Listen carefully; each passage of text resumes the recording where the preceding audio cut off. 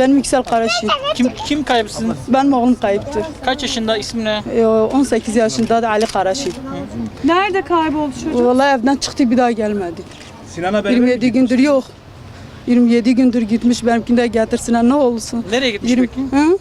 Götürmüş onlar da götürmüşler dağa götürmüşler herhalde. Aramadık bir yer Öğrenci kalmadı miydi? bulamadık.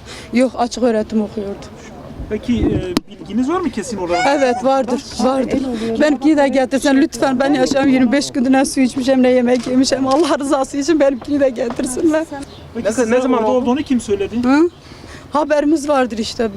Bilenler vardır götürmüşler. Ne işte. zaman oldu peki sizin oğlan? 27 gün vardır. 27 gün. Evet. Nereden? Evden çıktı dedi anne gidip geleceğim gitti bir daha dönmedi eve.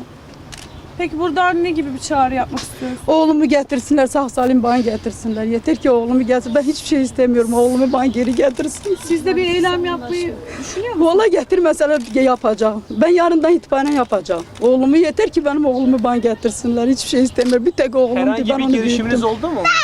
Nasıl yani? Yani gerek partiler, yetkililere falan ulaştınız mı? Yok valla bir yere gitmedim.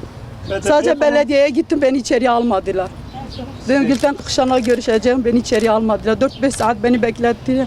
Beni içeriye almadılar, görüştürmediler beni. Çocuğun hayati tehlikesi, hayatta olduğunu biliyor Biliyorum, musunuz? biliyorum hayatta olduğunu biliyorum. Sadece de diyorum oğlumu bana getirsinler. Hangi bölgede olduğunu biliyor musunuz? Yok, bilmiyorum. Ne olur benimkini de getirsinler.